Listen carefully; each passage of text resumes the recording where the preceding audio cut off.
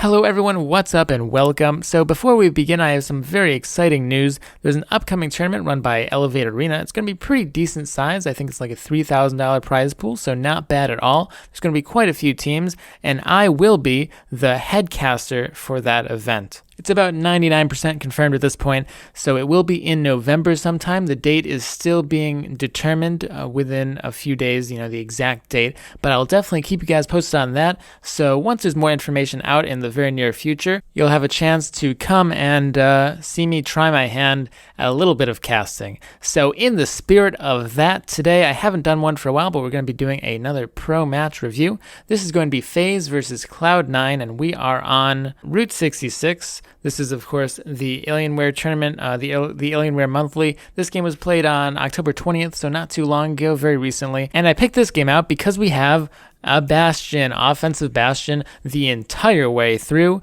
not swapping off of it, well, until maybe near the end a little bit. But Cloud9 does like running their Bastion, so we're going to be talking about it a little bit, at least for this segment, the Cloud9 offensive segment. Let's quickly talk about the strengths and weaknesses of this Bastion. So Bastion is not very mobile, obviously, and he doesn't have a lot of range. That's normally not a very good combination, and we see he's already forced off of it. But in this particular case, on this map, if we look real quick, the unique thing about this map is that most people like to hold, this first point, most defenders like to hold on big Earls. Now, like I said, Bastion is not very strong when he's taking long angles, when he has to attack people from long distance. Now, the approach up to Big Earls is completely shielded by this cliff. So when you finally round the corner, you only have to deal with this relatively short distance. You don't have this big, long-range approach like you have on some maps. So Bastion is immediately able to start attacking in the range that he's comfortable with, making Bastion on offense on Route 66, specifically on this point, particularly strong. So if we come back to the relevant part of the match, you can see that here, again, completely shielded, and when we first poke our heads up, bam. Now this is still a little bit of a distance, just barely outside of Bastion's really comfortable range, but it's pretty darn close. And now you can see we quickly approach into this nice, like I said, short to mid-ish range where Bastion really shines. Unfortunately, I think that it was a little bit scared for Surefour to hop off right away. He wasn't really taking too much damage from the enemy Genji at Shadowburn, but here we go. He does do this nice little flank around, which is good, and go into turret form to pick off the Lucio. However, it's not enough. All of Cloud9's veritable eggs are in the Bastion basket. If you look, you can see that they pretty much have no damage. Reinhardt, Winston, Zarya, not reliable. It's not really going to do much. And the only thing they have is that Bastion. So Surefour not being in turret form, going around with the recon, he did get a couple kills. Still wasn't enough though. He needs to do all the work. That's how the team comp is set up. But here we go. They did wind up penetrating quite deep into the point. So we get a nice kill on the enemy McCree, and now we have tank mode up. And this shouldn't be too difficult for Cloud9 to clean up at this point because of how scattered Faze managed to get. So the tanks on Cloud9 did a good job, not of necessarily killing people, because you see Surefour, the hero, is the one killing everyone, but the tanks, Mendo Kusai, RYB, and Kai managed to keep them in the fight long enough for Surefour to return, and he had plenty of room at that point to take everyone out. But now you see we're entering the next part of the map, and this is quite a bit different from the previous part. Let's take a look. So now with this part of the map rather, you don't have that convenient short angle. Instead, you have to either come from the path, or the road. Either way, you have this giant, full, huge angle distance to cover, and there is really no hiding. So Bastion's going to have a little bit of a difficult time having as much of an impact here without very good team coordination and really forcing the enemy's movement. And I'll get into that a little bit later. But we're going to see how they struggle because of this. So here we go. Again, remember, this distance is a little bit long here, so you can't be quite as effective. There's lots of poke coming out from Faze for all their various damage sources without too much stuff happening in return. Reinhardt's going to put his shield up, take a lot of damage from Surefour, but it's still not that big of a deal. He winds up dropping down, and there really just isn't too much damage coming out, because at this point, Surefour goes down, the Bastion rather, and there, again, no real damage from the rest of Cloud9. However, we get a really, really nice Mercy res off, and although I really question the Mercy being paired with the Bastion, because, of course, Bastion not so good after the res, Faze neglects to kill him.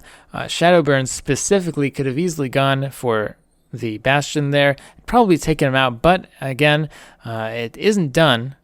So we're going to see that they managed to break through with, again, the nice Mercy res. This is a pretty dangerous position for the Bastion right here, because he's clearly focused on this area here, the cave. And we can see that as I mimic his position here. However, there's tons and tons of people who can shoot you. You can have the same angle, but just be standing further back. Because again, remember, Bastion doesn't like necessarily being further back, but this is still within a tolerable range, and it's such a narrow area anyway, there isn't going to be much of a problem. Now, if he had stayed here, his damage would have been very, very, very, very slightly less, but he wouldn't have been exposed to all of this. People coming and entering from here, people coming and entering from here, and we're going to see that he winds up dying because of it. Because, again, if we just look, he comes up onto the railing even, which is even more vulnerable, and gets blindsided from below, just like that. If he had been able to live through that fight, I think that Cloud9 would have been in an amazing position, but without the Bastion, again, not very much damage, which allows Faze to just sort of jump down here, get a good position, and begin to retake it. Now, at this point, the fight is going on for a very, very long time. This favors the defenders a lot, because this is, of course, defender-favored spawn at this point when the card is up this far. We see that Cloud9 has a lot of ultimates up, so I was just about to say it. I was going to say, I hope that Surefour does not go tank mode, but he does wind up doing it, getting comboed with the Ana ult, but as you can see, there just wasn't everyone there. People were still behind. There were still some people dead. The Mercy in particular was dead at that time, so they couldn't get a full big fight off because they had 4 going on 5 ultimates. By the end of the fight, the Mercy ultimate would have been up. They had 5 ultimates versus a mere 1 or 2 on Faze. I believe they had 2 at the time. So Cloud9 would have been able to easily win that fight if they'd just been just a little bit more patient. They are forced to switch off of the Bastion here because Bastion on offense really relies on using the cart as mobility, abusing the fact that the cart can actually move you. When that isn't a factor, Bastion can't really get in there. So that is why Surefour switches to McCree here. We see the Zarya on Faze winds up getting just a really, just kind of sort of a cleanup ultimate. I wouldn't say it's an amazing ultimate, but it was there to delay Cloud9 just for a little bit. Bad Mercy res, just straight up. I don't like saying things are definitively bad all the time, but that was a definitively bad Mercy res. And you can see that Cloud9 has bled all of their ultimates. All 5 ultimates that they had. 6 rather, actually, because apparently they just burned Sound Barrier as well. I didn't see that last time.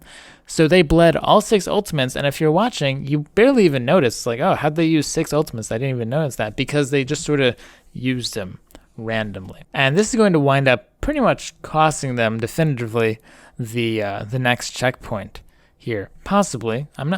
It could be anything, right? They could take this in 15 seconds. I'm not going to spoil it. Let's keep it exciting. So they do have 10 seconds, which means they pretty much have to go now. They need to get into a position where they're not forced to just go and dive into them. So we will have the jump down, but again, they don't have a lot of time. They're forced to stick on the cart. They're not allowed to approach a proper method, and they're up against Sound Barrier when they don't have anything. So regardless of their team's performance, they pretty much couldn't do anything there just because of the really bad economic position, using those fancy terms, the bad economic position they put themselves in.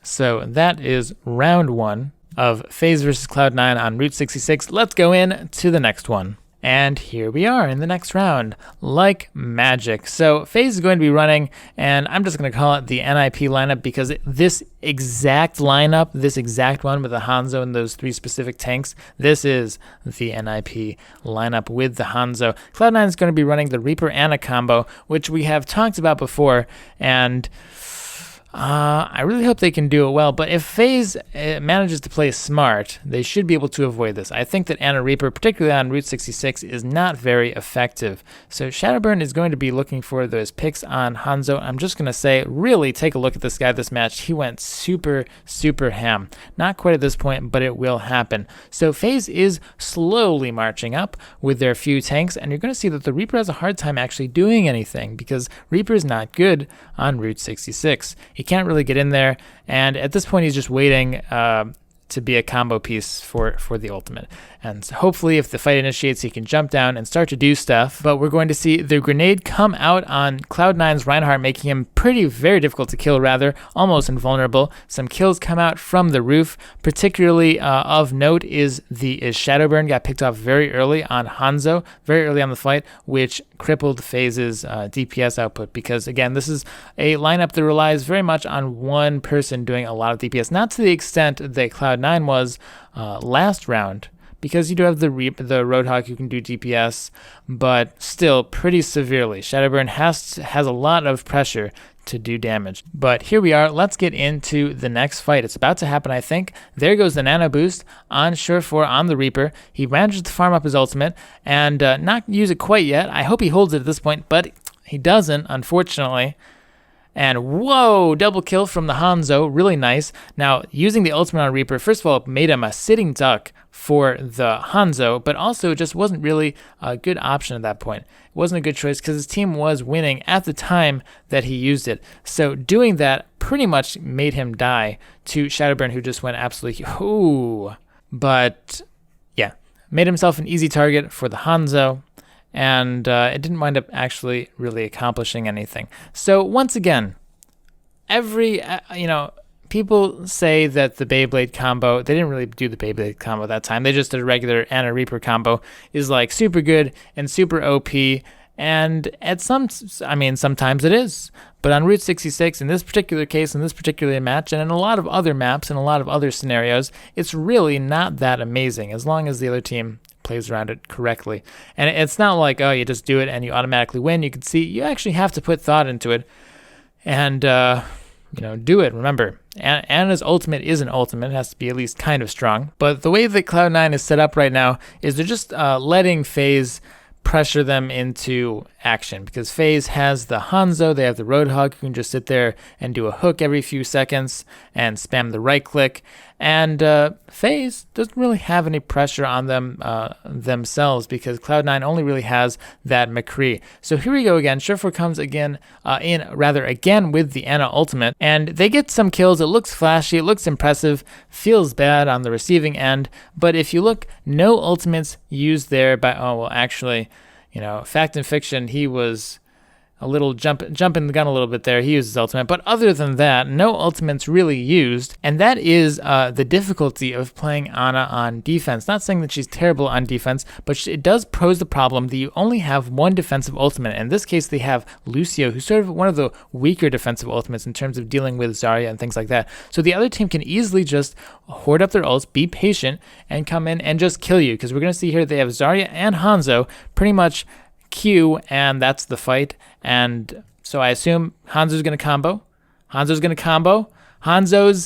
not going to combo. So that was a little bit sad. That could have possibly cost them the match there, honestly. Shadowburn not just pressing Q, because now 3 additional people got out that shouldn't have got out. And actually, it's looking kind of dicey. We see that Mendo Kusai gets a kill with his McCree. We see a couple kills come out in exchange, but this should have been a win right here, straight up for Faze. Not pressing Q is going to make it a little bit difficult, but they wind up getting the kills that they need. Not too sure what's happening with the Tracer back there as they panned away. The Tracer does wind up getting the Ana, but gets the trade from Hanzo. Fortunately, looks like Faze might wind up pushing through this despite their little botchery before as they take down RYB on Reinhardt. But it's still up to the Hanzo. We're in closer quarters now. If the Hanzo can't get damage out, it's possible for Cloud9 to come back into this. They have the nano boosted McCree, who winds up getting a kill on the Zarya, which is very big. Grego, wow, that was actually really good. If you look, actually, let's check that out one more time. Grego just comes up really aggressively onto the Ana, boop, triple headshot, and a right click, 47% damage. That was really, really nice. Taking out the Ana was huge there, and they're going to wind up taking down the McCree as well. And it looks like that's the cleanup. So Surefour doing a little bit more harassing, but it's going to be pretty difficult. It's going to take some serious throws for Faze to drop this now. They need to do the damage, though. They need to hit people, because if they don't, then the rest, like I said, is defender-sided, so the spawns will eventually wind up overwhelming them. But they finally managed to get that headshot on the Tracer and close the match out. So in this match, Beyblade Combo defeated once again. So for every time it succeeds, it honestly fails miserably. It's just that people remember the successes because it's so flashy. At least that's my thought. Again, it's pretty good, but it's not all that necessarily people chalk it up to be. We also saw an offensive Bastion, and so Bastion strats in this game are really an art form. They are quite viable, I think, properly executed, and teams aren't really necessarily good enough or core enough in this game yet to really run Bastion-centric strats, I think, to really the amount of success that it possibly could get. But they are very interesting, and I will be looking for more of that stuff in the future because I think that a lot of people find that interesting as well. So we saw how it was effective on Route 66 for that first point at least, but it ran into issues when they had to start to deal with the longer range, and also when they had to deal with the cart just being stopped. They're forced to switch off of it because they no longer had that free mobility granted by it. So all in all, fun match, short and sweet. When I get more updates on the Elevate Arena thing, I will definitely put them up on my Twitter as I get them, and I'll probably be putting another one of those little 1-minute videos up there as well later on tonight, hopefully at least, either talking about the Season 3 changes or maybe another tip. I don't know, we'll see. So I hope you enjoyed, like if you liked it, hope you learned something, maybe even had a little bit of fun. So stay positive and have a great day. Peace out, guys.